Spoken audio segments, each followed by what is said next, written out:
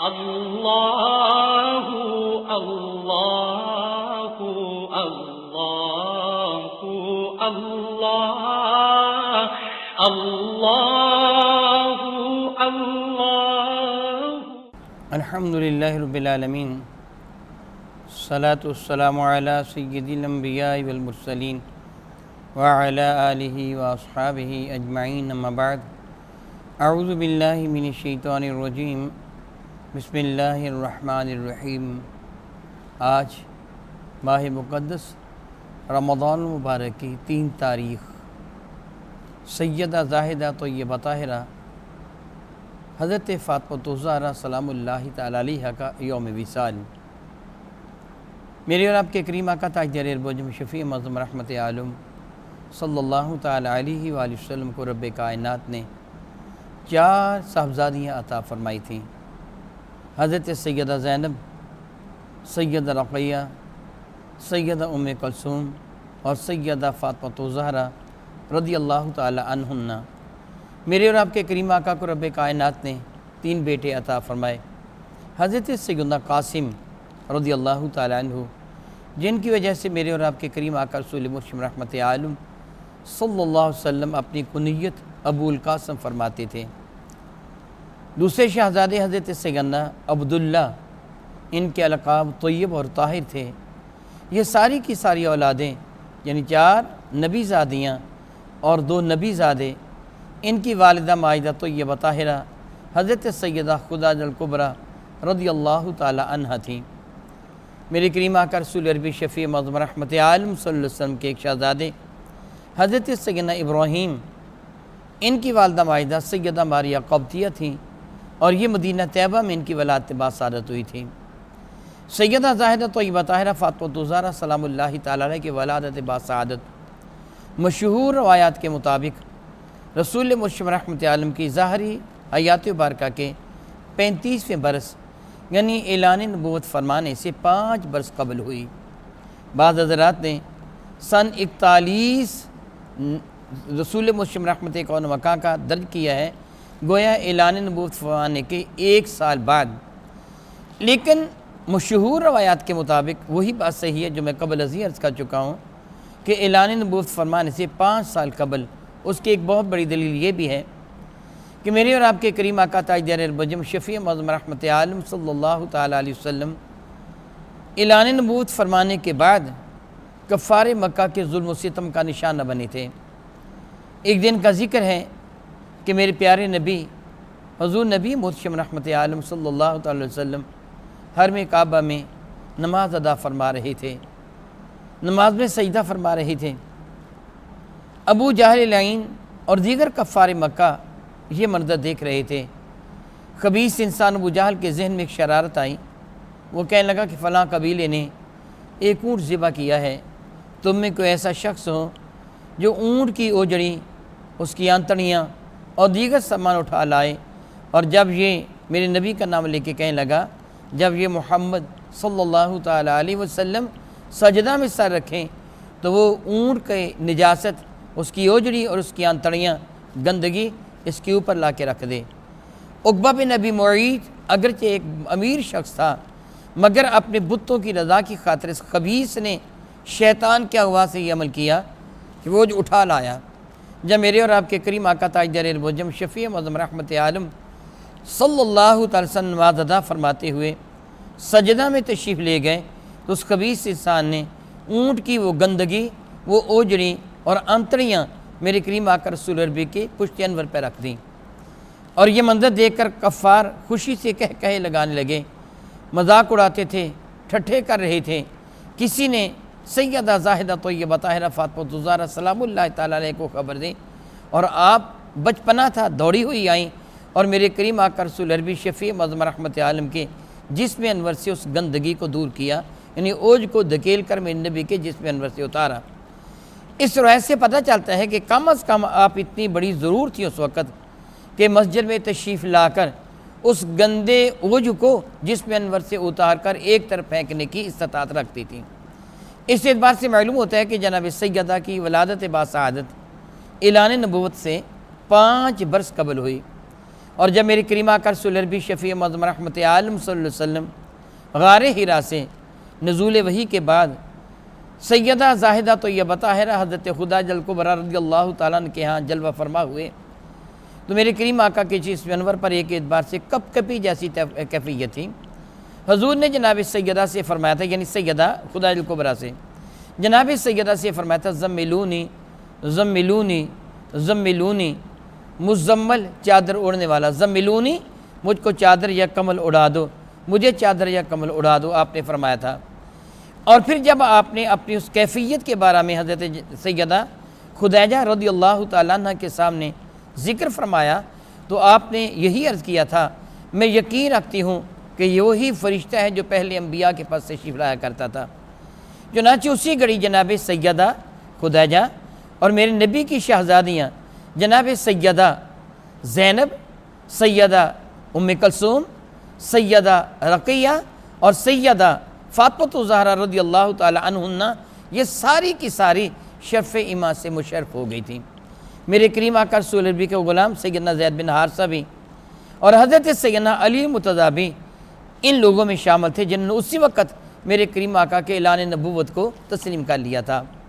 حضرت سیدہ زاہدہ طیبہ طاہرہ فاطمۃ الزہرا سلام اللہ تعالیٰ علیہا میرے کریم آقا رسول عربی شفیع معظم رحمت عالم کی گو کہ سب سے چھوٹی شہزادی تھی، مگر یہ چیز ناقابل تردید حقیقت ہے کہ اگر کوئی یہ شخص یہ کہے کہ اسوہ مصطفیٰ کا کامل ترین نمونہ کسی شخص پہ میں دیکھنا چاہتا ہوں تو اسے سیدہ فاطمۃ الزہرا کو دیکھ لینا چاہیے۔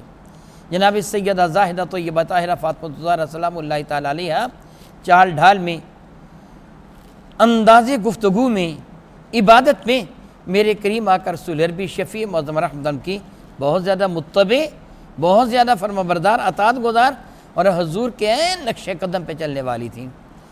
جناب سیدہ فاطمۃ الزہرا سلام اللہ تعالیٰ علیہا میرے کریم آقا تاجدار عرب و عجم شفیع معظم رحمت عالم سے ٹوٹ کر پیار کرتی تھیں۔ گو کہ ساری کی ساری نبی زادیاں میرے کریم آقا رسول عربی سے پیار کرتی تھیں، اور یہ قدرتی طور پر ہوتا ہے، جبلی طور پر کہ اولاد کے دل میں والدین کے لیے پیار ہوتا ہے اور والدین کے لیے اپنی اولاد کے لیے جذبات شفقت و محبت، مگر کوئی اولاد ایسی ہوتی ہے جو اپنے والدین سے ٹوٹ کر پیار کرتی ہے۔ سیدہ فاطمۃ الزہرا انہی میں سے ایک تھیں۔ رسول مرشد رحمت کون و مکان سے ان کو پیار معراج کی حد تک پہنچا ہوا تھا، یہی سبب ہے کہ ان کا درجہ بلند سے بلند تر ہے۔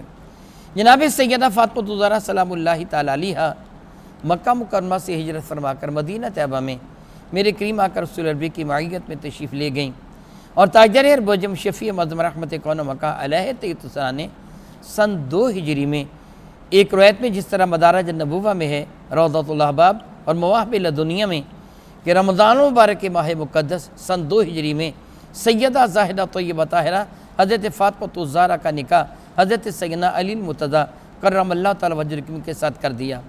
جلال عیون وغیرہ میں ہے کہ ماہ محرم میں میرے کریم آقا رسول عربی سن 3 ہجری محرم الحرام میں حضرت سیدہ فاطمۃ الزہرا کے نکاح حضرت سیدنا علی مرتضیٰ کرم اللہ تعالیٰ وجہہ کے ساتھ کیا گیا۔ زفاف جس کو ہم اپنے ہاں مکلاوہ کہتے ہیں، زفاف ماہ ذی الحجۃ المکرمہ میں ہوا۔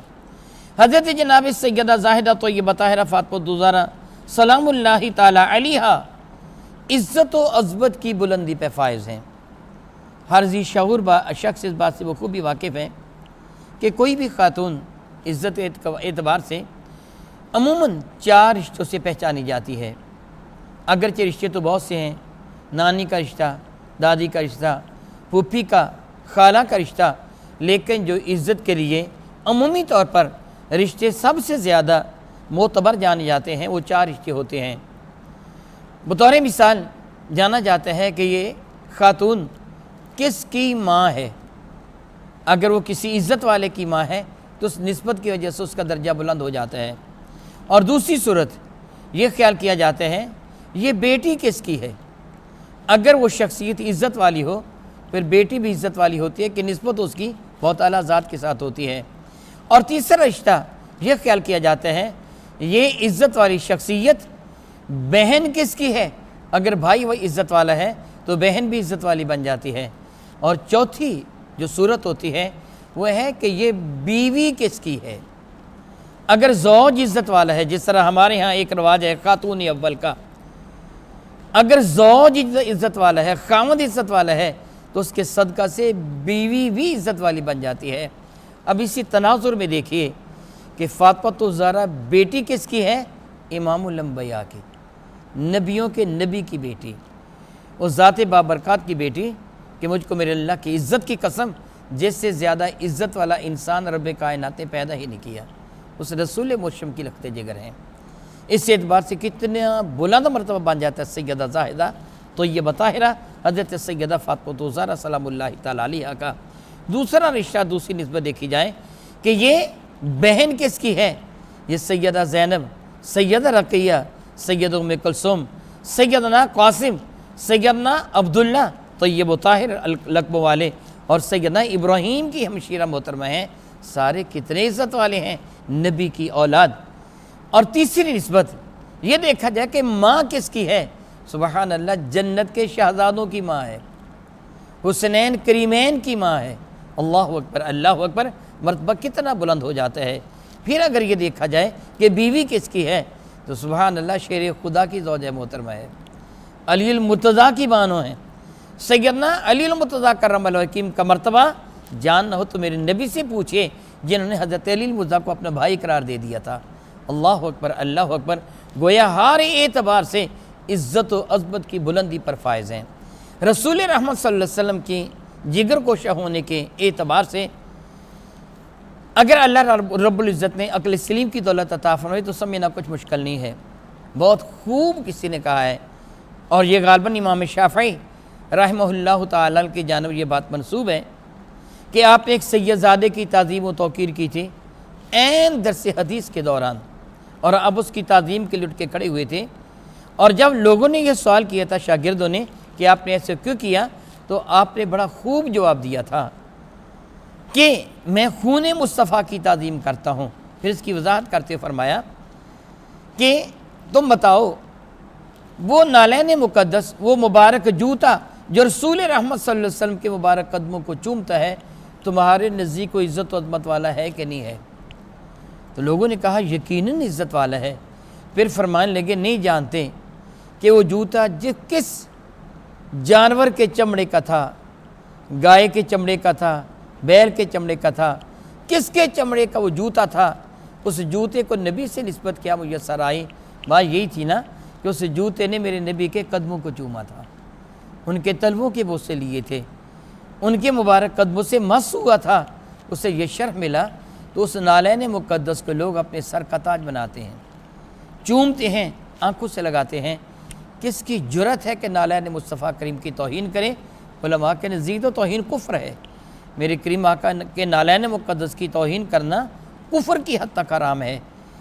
فرمانے لگے وہ جوتا کسی جانور کا چمڑا تھا، نبی کے بدن انور سے اس کو بعض لمس میسر ہوا تھا، اگر اس کا مرتبہ اتنا بڑھ گیا تو نبی کی اولاد میں تو نبی کا اپنا خون موجود ہے، پھر اس کا مرتبہ کتنا بلند ہوگا۔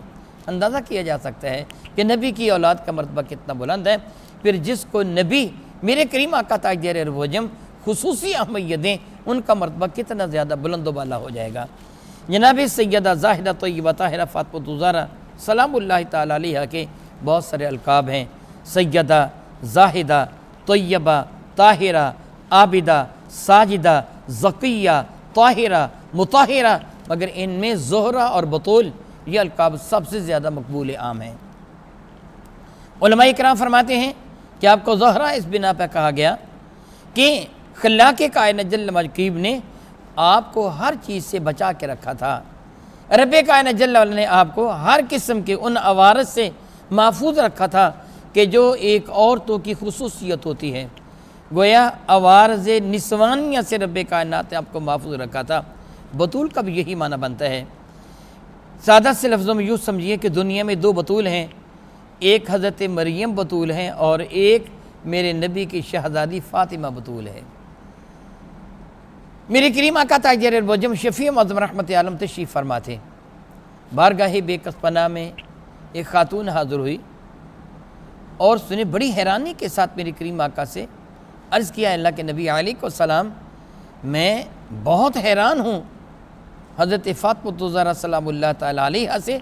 تو میرے نبی نے سوال فرمایا کیا سبب ہے تیری حیرانی کا؟ تو اس نے عرض کیا کہ عصر کے بعد شہزادہ صاحب کی ولادت باسعادت ہوئی ہے، امام حسن یا امام حسین، عصر کے بعد ولادت باسعادت ہوئی ہے کہ فاطمہ الزہرا نے نماز عصر ادا فرمائی تھی، نماز عصر کے بعد ولادت ہوئی اور میں نے دیکھا کہ فاطمہ الزہرا نماز مغرب ادا کر رہی ہیں۔ تو اللہ کے نبی علیہ السلام کیا کسی عورت کو ایسی حالت میں جس کو عرف عام میں نفاس کہا جاتا ہے، ایسی حالت میں کہ بچے کو جنم اس نے دیا ہو، تو کیا عصر کے بعد جنم دیا اور نماز مغرب ادا کریں؟ کیا یہ ممکن ہے؟ میرے کریم مسکرا دیے، فرمان لگے اللہ کی بندی، رب کائنات نے میری فاطمہ کو ان چیزوں سے ویسے ہی محفوظ رکھا ہے۔ اللہ اکبر، اللہ اکبر، اللہ اکبر۔ گویا خلاق کائنات جل اللہ ارشاد گرامی قدر، انما یرید اللہ لیذہب عنکم رجس اہل البیت ویطہرکم تطہیرا۔ اے نبی کے گھر والو، رب کائنات جل اللہ یہی چاہتا ہے کہ تم سے ہر قسم کی پلیدی کو دور کر دے اور تمہیں وہ پاک کرے جو پاک کرنے کا حق ہوا کرتا ہے۔ جناب سیدہ زاہدہ طیبہ طاہرہ فاطمہ الزہرا سلام اللہ تعالیٰ علیہا، ان کے شوہر نامدار حضرت سیدنا علی المرتضیٰ اور میرے کریم آقا تاجدار اربوجم شفیع معظم رحمت عالم صلی اللہ علیہ وسلم، یہ وہ مبارک ہستیاں تھیں کہ جن کو ہر حال میں مسجد میں آنے کی اجازت تھی، ہر حال میں مسجد میں تشریف لا سکتے تھے۔ ان کی عزت، عظمت اور پاکیزگی کا اندازہ اس بات سے بخوبی ہو جاتا ہے۔ جناب سیدہ زاہدہ طیبہ طاہرہ فاطمہ الزہرا سلام اللہ تعالیٰ علیہا میرے کریم آقا تاجدار اربوجم شفیع معظم رحمت کون و مکان علیہ السلام کے ساتھ ٹوٹ کر محبت کرتی تھیں۔ میرے آقا تاجدار اربوجم شفیع معظم رحمت نبی اپنی بیٹی سے بہت زیادہ پیار فرماتے تھے۔ جب سیدہ زاہدہ طیبہ طاہرہ فاطمہ الزہرا سلام اللہ تعالیٰ علیہا شادی کے بعد ملنے کے لیے میرے کریم کی خدمت فیض درجت میں حاضر ہوتی تو تاجدار اربوجم شفیع معظم رحمت عالم، وہ امام الانبیاء، اپنی بیٹی کی محبت پڑھ کے کھڑے ہو جاتے، آگے بڑھتے، ان کی مقدس پیشانی کو چوم لیتے اور جناب سیدہ فاطمہ الزہرا سلام اللہ تعالیٰ علیہا میرے کریم آقا کے دست سے مقدس پر اپنے ہونٹ رکھ دیتی اور بوسہ لے کر آنکھوں سے لگاتی۔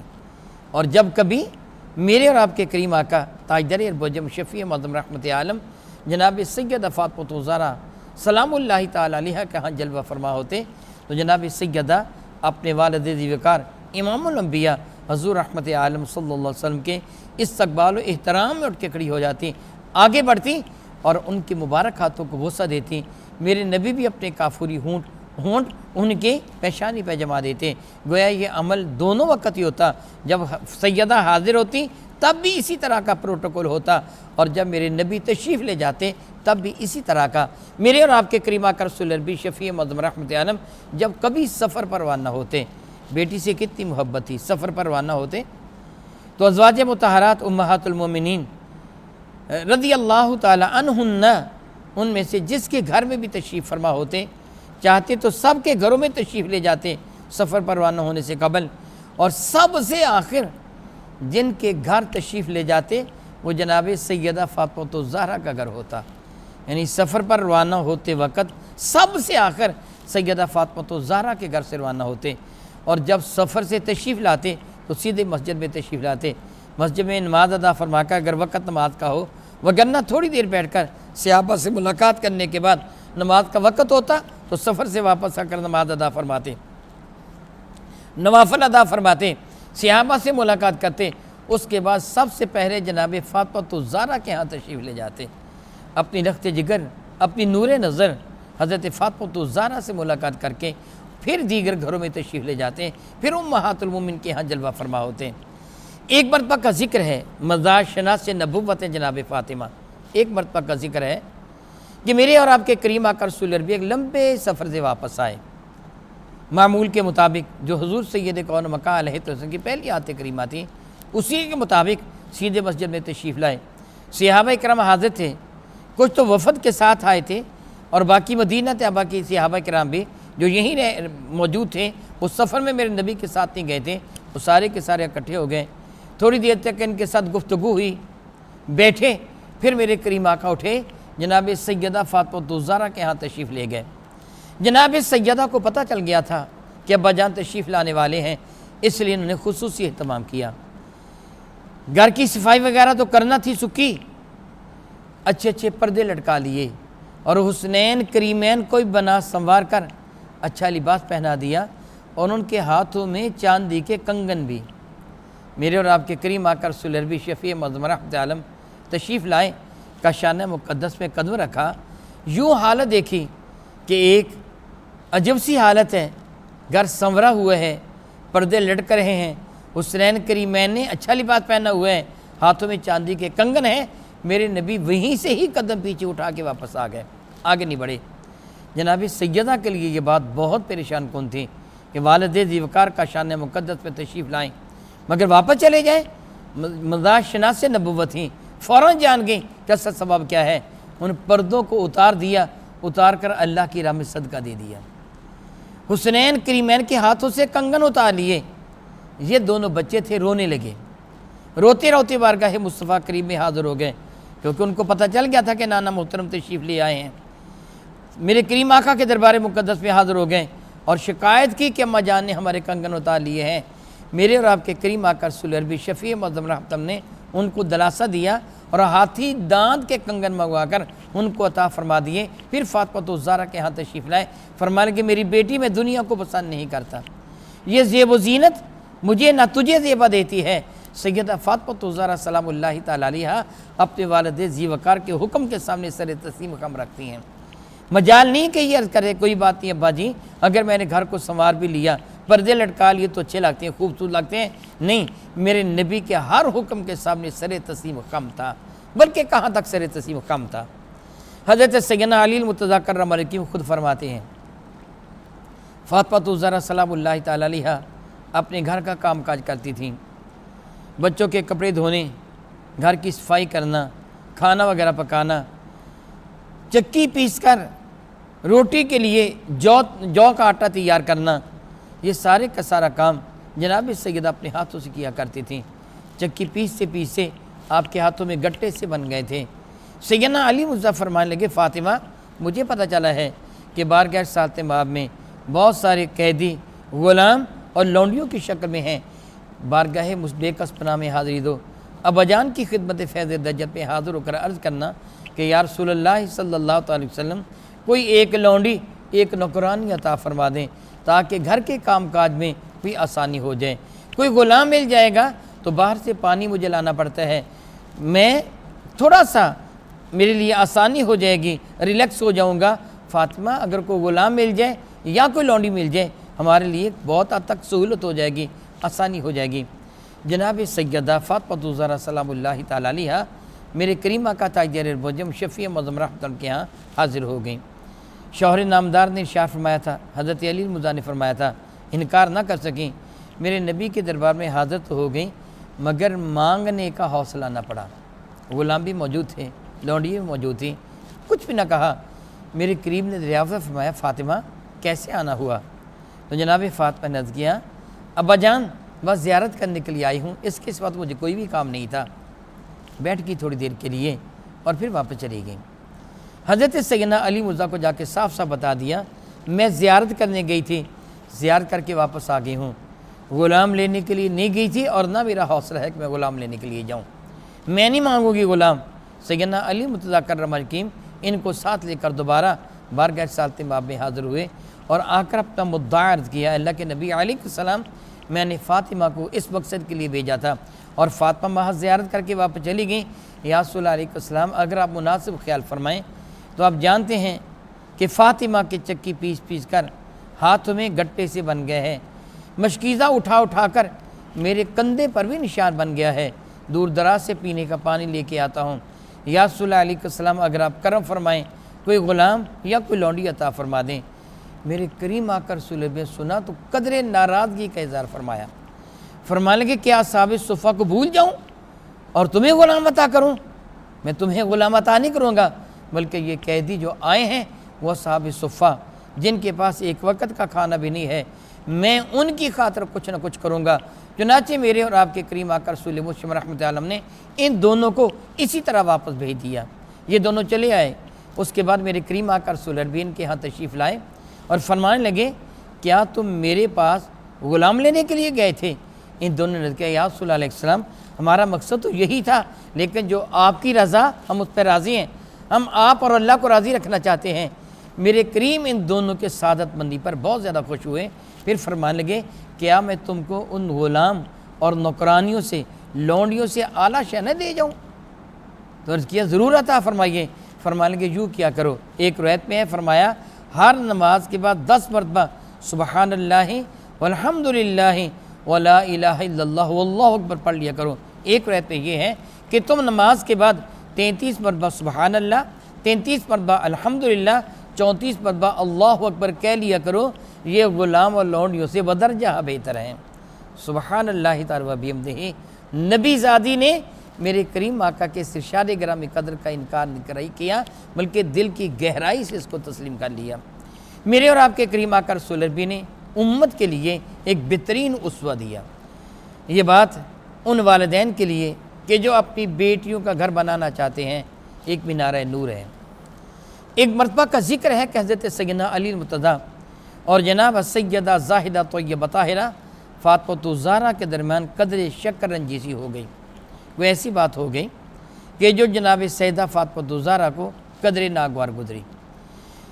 جناب سیدہ فاطمہ الزہرا سلام اللہ تعالی علیہا ناراض ہو کر شکایت کے انداز میں میرے اور آپ کے کریم آقا رسول مشرم رحمت عالم صلی اللہ علیہ وسلم کی خدمت فیض درجہ پہ حاضر ہونے کے لیے گھر سے باہر نکلیں، سراپا شرم و حیا، لمبی چادر اوڑے ہوئے، گھونگھٹ نکالے ہوئے، اپنے بدن کو چھپائے میرے آقا کے کاشان مقدس کی طرف بڑھ رہی تھی۔ حضرت علی مزاق پیچھے چل دیے، کیونکہ ان کے پردے کا یہ انداز تھا کسی کو بھی ان کے مبارک قدموں کا قدموں کی ایک جھلک بھی دکھائی نہ دے رہی تھی۔ اس لیے فاطمہ الزہرا کو پتہ نہ چلا میرے طاقت میں کوئی آ رہا ہے۔ جناب فاطمہ میرے کریم آقا کے کاشان مقدس میں داخل ہو گئیں۔ حضرت علی خود فرماتے ہیں میں باہر دیوار کے قریب ہو کے کھڑا ہو گیا، میں بھی قدر ناراض تھا جناب سیدہ کے ساتھ۔ نبی مسلم رحمت عالم صلی اللہ علیہ وسلم کی خدمت میں جناب سیدہ حاضر ہوئیں۔ میرے کریم آقا رسول عربی نے اپنی بیٹی کو پریشان دیکھا، رونے کے انداز میں جناب سیدہ نے عرض کیا یا رسول اللہ علیہ السلام علی المرتضیٰ نے ایسے ابھی حضرت علی کی شکایت ہی لگانا چاہی تھی کہ میرے کریم آقا رسول فرمانے لگے فاطمہ خبردار میرے سامنے علی کی شکایت نہ کرنا۔ ضروری نہیں ہے کہ خاوند اپنی بیوی کی ہر بات مانے، تو اپنے خاوند کو گویا بات منوا نہیں، اپنے خاوند کی بات مان، خبردار آئندہ میرے پاس علی کی شکایت نہ کرنا۔